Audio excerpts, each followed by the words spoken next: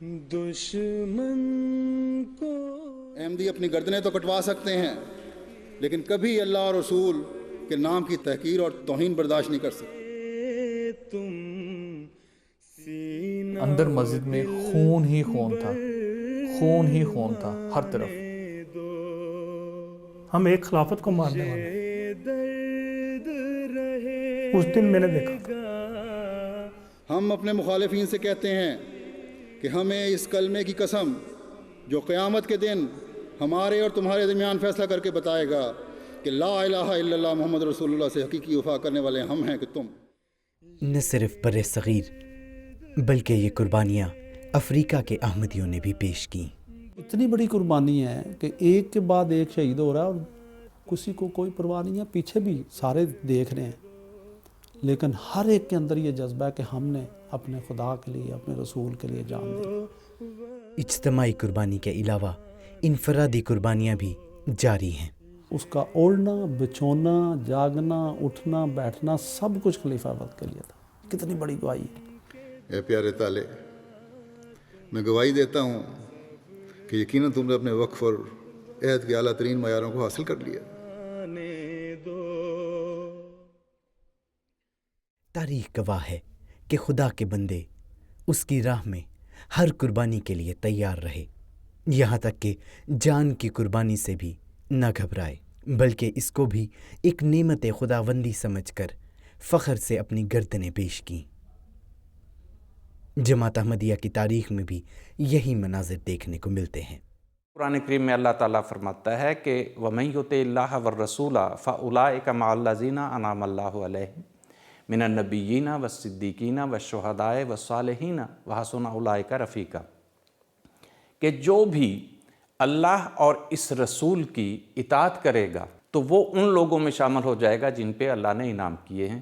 وہ انعام کون سے ہیں؟ وہ نبیوں میں سے ہوگا، وہ صدیقوں میں سے ہوگا، وہ شہیدوں میں سے ہوگا، وہ صالحین میں سے ہوگا۔ اب یہاں تیسرا درجہ شہادت کا رکھا ہے۔ تو آئیے ان قربانیوں میں سے چند ایسی قربانیوں کا ذکر کرتے ہیں کہ جنہوں نے جب ایک مرتبہ احمدیت کی حقیقت کو مان لیا تو پھر دشمن کے لاکھ دکھ دینے پر بھی اس پر قائم رہے۔ اس کی ایک مثال تو حضرت مسیح موعود علیہ الصلوۃ والسلام کے دور میں بھی ملتی ہے کہ جب صاحبزادہ عبداللطیف شہید نے جانی قربانی پیش کی۔ بہت بڑی قربانی، کیسے دیکھیں ان کو کان میں، اس وقت کا بادشاہ، اس وقت کے بڑے بڑے لوگ کہہ رہے ہیں کہ ہمیں صرف کان میں بتا دیں، اشارہ کر دیں۔ بیڑیاں پہنی ہوئی ہیں، وزنی، کتنے کلو کی، وہ 40 کلو سے زیادہ کی بیڑیاں تھیں، وہ زنجیریں ڈالی ہوئی ہیں انہوں نے، ظالموں نے، اور ان کی بہت بڑی حیثیت تھی، بہت بڑی حیثیت تھی ان کی، ایک لفظ نہیں کہا، فرمایا یہ تو میری خوش قسمتی ہے کہ خدا کی راہ میں جان دے۔ صاحبزادہ سید عبداللطیف صاحب شہید کے ذکر کے بعد ایک جگہ حضرت مسیح موعود علیہ الصلوۃ والسلام فرماتے ہیں کہ مجھے اپنی جماعت کی نسبت بہت امید بڑھ جاتی ہے، کیونکہ جس خدا نے بعض افراد اس جماعت کو یہ توفیق دی کہ نہ صرف مال بلکہ جان بھی اس راہ میں قربان کر گئے، اس خدا کا صریح یہ منشا معلوم ہوتا ہے کہ وہ بہت سے ایسے افراد اس جماعت میں پیدا کرے جو صاحبزادہ مولوی عبداللطیف کی روح رکھتے ہوں۔ پھر خدا نے اپنی اس پیاری جماعت میں ایسے روشن ستارے پیدا کیے جو صاحبزادہ عبداللطیف شہید کے نقش قدم پر چلے، جس کی ایک زندہ مثال گزشتہ سال برکینا فاسو کے احمدیوں نے پیش کی۔ 11 جنوری 2023 کی شام جب ڈوری گاؤں کے احمدی عشاء کی نماز پڑھنے گئے تو نہیں جانتے تھے کہ ان میں سے 9 افراد آج آخری مرتبہ مسجد جا رہے ہیں۔ اس وقت مسجد میں بچوں اور نوجوانوں، بزرگوں اور خواتین سمیت 60 سے 70 افراد موجود تھے۔ پردے کی دوسری طرف 10 سے 12 لجنہ اس وقت نماز کے لیے موجود تھیں۔ عمر کے لحاظ سے گروپس بنانے کے بعد دہشت گردوں نے بڑی عمر کے افراد سے کہا کہ وہ مسجد کے صحن میں آ جائیں۔ سب سے پہلے جو وہاں کے امام صاحب تھے، ابراہیم صاحب، ان کو جب انہوں نے شہید کرنے لگے تو ان کو کہا کہ بھئی آپ جماعت سے جو ہے وہ انکار کریں، جماعت احمدیہ میں شامل ہونے سے، حضرت اقدس مسیح موعود علیہ السلام کو ماننے سے، تو انہوں نے فرمایا کہ میں اپنی جان تو دے سکتا ہوں لیکن اب میری واپسی نہیں ہو سکتی۔ اس پر انہوں نے امام صاحب کو گولیاں مار کر شہید کر دیا۔ سب سے پہلی شہادت امام الحاج ابراہیم بی دیگا صاحب کی ہوئی۔ ایک ایک کر کے دہشت گرد ان احمدیوں کو مسیح موعود کا انکار کرنے کا کہتے رہے، اور ان سب نے ایک ہی جواب دیا کہ وہ خدا کی اس جماعت کو کسی صورت نہیں چھوڑیں گے۔ یہ عشق و وفا کے کھیت کبھی ان کو کچھ خیال نہیں آیا، اور ایک کو شہید کیا گیا، دوسرا دیکھ رہا ہے۔ یہ اتنی بڑی قربانی ہے کہ ڈرنے کی بجائے انسان کام جاتا ہے کہ جان جا رہی ہے، گولی ماری جا رہی ہے۔ بلکہ وہ ابراہیم صاحب کا میں ذکر کر رہا تھا، انہوں نے تو کہا کہ میں لیٹ کے نہیں، میں تو کھڑے ہو کے اللہ کی راہ میں جان دینا پسند کروں۔ لیکن وہ صحابی یاد آئے نا کہ انہوں نے کہا تھا 2 نفل پڑھنے دیے، جلدی سے پڑھ لیے۔ انہوں نے کہا یہ نہ سوچنا کہ شاید میں موت کے ڈر سے نماز میں نے دیر لگا دی، میں تو تیار ہوں اللہ کی راہ میں۔ ایسے صحابہ تھے۔ لگی ہے جب تیر لگا ہے تو خون کو پکڑ کے فرمایا فزتو برب الکعبہ، میں تو کامیاب ہو گیا ہوں۔ یہ کامیابی کا راستہ ہے اصل میں جو انہوں نے چنا ہے برکینا فاسو والوں نے۔ تو اتنی بڑی قربانی ہے کہ ایک کے بعد ایک شہید ہو رہا ہے اور کسی کو کوئی پرواہ نہیں ہے، پیچھے بھی سارے دیکھ رہے ہیں، لیکن ہر ایک کے اندر یہ جذبہ ہے کہ ہم نے اپنے خدا کے لیے، اپنے رسول کے لیے جان دینی۔ کتنے احمدی ہیں، ہر ایک کی یہ خواہش ہوتی ہے کاش خلیفہ وقت کی زبان پہ میرا نام آ جائے۔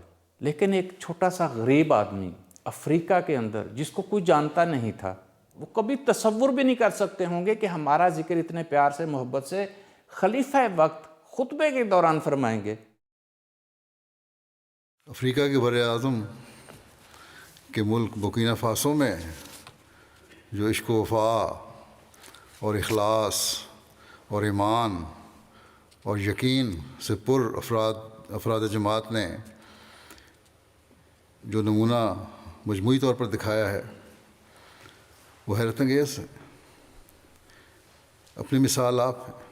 تو خدا تعالیٰ جس کو چنتا ہے نا اس میں ضرور کچھ نہ کچھ ہوتا ہے۔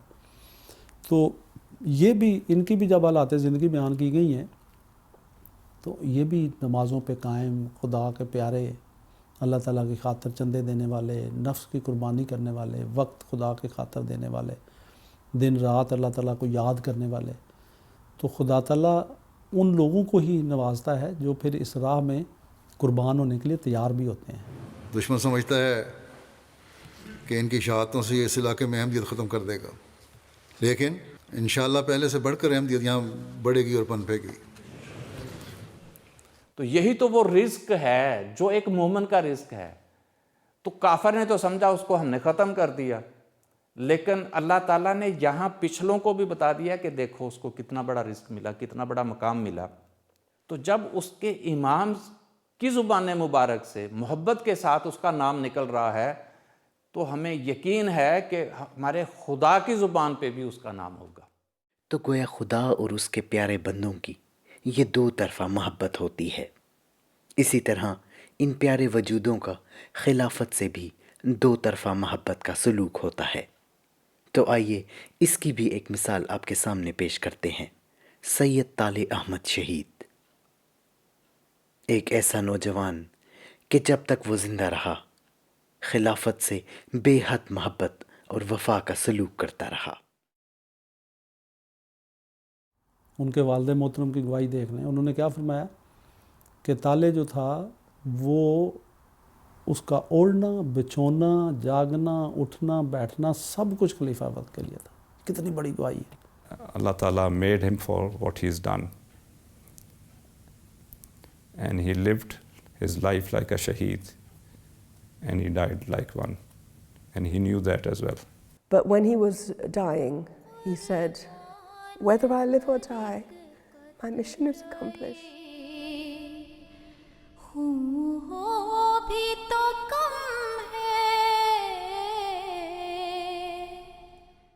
اے پیارے طالع، میں گواہی دیتا ہوں کہ یقیناً تم نے اپنے وقف اور عہد کے اعلیٰ ترین معیاروں کو حاصل کر لیا. گھر والوں کی گواہیاں نا. تو انہوں نے کہا کہ جب حضور خوش ہوتے تھے تو اتنا خوش ہو جاتا تھا کہ ہمیں ٹریٹ دیا کرتا تھا, دعوت دیا کرتا تھا, بچوں کو چاکلیٹ لا کر دینی, باقی چیزیں کہ حضور خوش ہیں. اور کبھی اگر یہ شائبہ ہو جاتا تھا کہ حضور شاید ناراض ہیں, اب اس میں حضور نے خطبے میں یہ ذکر فرمایا کہ میں کبھی ناراض نہیں ہوا آپ سے. اب دیکھیں یہ بھی کتنی محبت ہے. تو فرمایا کہ میں تم سے ناراض نہیں تھا, لیکن اس نے اگر کبھی سوچ لیا تو ان کی بیگم کی گواہی ہے کہ رات کو اٹھ کے تہجد میں بلک بلک کے روتے تھے اور یہ کہتے تھے کہ میرے پیارے حضور مجھ سے ناراض نہ ہو, اللہ سے معافیاں مانگتے تھے. اتنا بڑا درجہ اتنی جوانی میں. مجھے حیرت ہوتی تھی اسے دیکھ کر, اور اب تک ہوتی ہے کہ کس طرح اس دنیاوی ماحول میں پلنے والے بچے نے اپنے وقف کو سمجھا اور پھر اسے نبھایا, اور ایسا نبھایا کہ اس کے معیار کو انتہا تک پہنچا دیا. وقف کی روح سمجھنے کے علاوہ حقوق اللہ اور حقوق العباد کا بھی عجب رنگ میں حق ادا کیا. Dale was a very loving husband and a true friend to me. A few months ago, I had some errands to run, and as I was walking towards the mall, I was overcome by sudden grief and sadness, and I started to cry. After some time, I composed myself and continued to do the little jobs that I wanted to do. When I came home, I opened the door to our bedroom, and Tale looked at me and said, "Have you been crying?" And I said, "Yes." I thought maybe from my face he's able to tell that I was upset. But then he said, "About 25 minutes ago, I heard you cry, and so I got out of bed and looked around the whole house, but you were not there. I wanted to console you. You were not there. I think Allah Mia always told him whenever I needed him." زندگی کے آخری لمحات میں بھی اس نے اپنی خدمت کے معیار میں کمی نہ آنے دی. جب ایم ٹی اے گاڑی پاہا جنکشن کے قریب پہنچی تو ڈاکوؤں نے فائرنگ شروع کر دی, جس کے نتیجے میں ٹیم کے 2 افراد زخمی ہو گئے, جیسے بتایا انہوں نے. گولی لگی ہوئی ہے نا, انسان کو خون بہہ رہا ہے. اب اس وقت انسان کے ذہن میں کئی قسم کی سوچیں آ رہی ہو سکتی ہیں کہ بچوں کا کیا بنے گا, پتہ نہیں کیا کیا چیزیں تھیں, دنیاوی لحاظ سے بھی سوچیں آ رہی ہوتی ہیں. ان کے ذہن میں کیا سوچ آ رہی ہے؟ میرا پیارا خدا, اس کا رسول, خلیفہ وقت, ان کو یاد کیا جا رہا ہے, اور جماعتی اموال, جماعت کے جس مشن کے لیے وہ آئے ہوئے ہیں, اس مشن کی تکمیل کی اتنی فکر ہے کہ وہ ڈیٹا جو تھا اس کو سیو کر رہے ہیں, اس کو باقاعدہ وہ کمپیوٹر جو تھا اس کو نیچے سیٹ کے کر کے ان کو بتا رہے ہیں کہ بھی میں نے اس کو سیو کر دیا نیچے, اور جماعتی جو اموال ہیں یا جماعتی جو چیزیں تھیں ان کی فکر. Yesterday, my husband was able to speak with the gentleman that was with Dale when he was passing away. And his last words was a message to his family, which was, "I love my family and I love Huzur." ایک ہیرا تھا جو ہم سے جدا ہو گیا, اس نے ایک نظم لکھی تھی, اور اس نے شروع ہی اس طرح کیا تھا کہ میں خلیفہ وقت سے سب سے زیادہ پیار کرتا ہوں, اور ختم اس طرح کیا تھا کہ خلیفہ وقت سے جو مجھے پیار ہے اور محبت ہے وہ انہیں کبھی پتہ نہیں چلے گی, لیکن اے پیارے تارے, میں تمہیں بتاتا ہوں کہ تمہارے ان آخری الفاظ سے پہلے بھی مجھے پتہ تھا کہ تمہیں خلافت سے پیار اور محبت کا تعلق تھا. تمہارے ہر عمل سے, ہر حرکت و سکون سے, جب تمہارے ہاتھ میں کیمرہ ہوتا تھا اور میں سامنے ہوتا تھا تب بھی, اور جب تم کیمرے کے علاوہ ملتے تھے, تمہاری آنکھوں کی چمک سے اس محبت کا اظہار ہوتا تھا. تمہارے چہرے کی ایک عجیب قسم کی رونق سے اس محبت کا اظہار ہوتا تھا.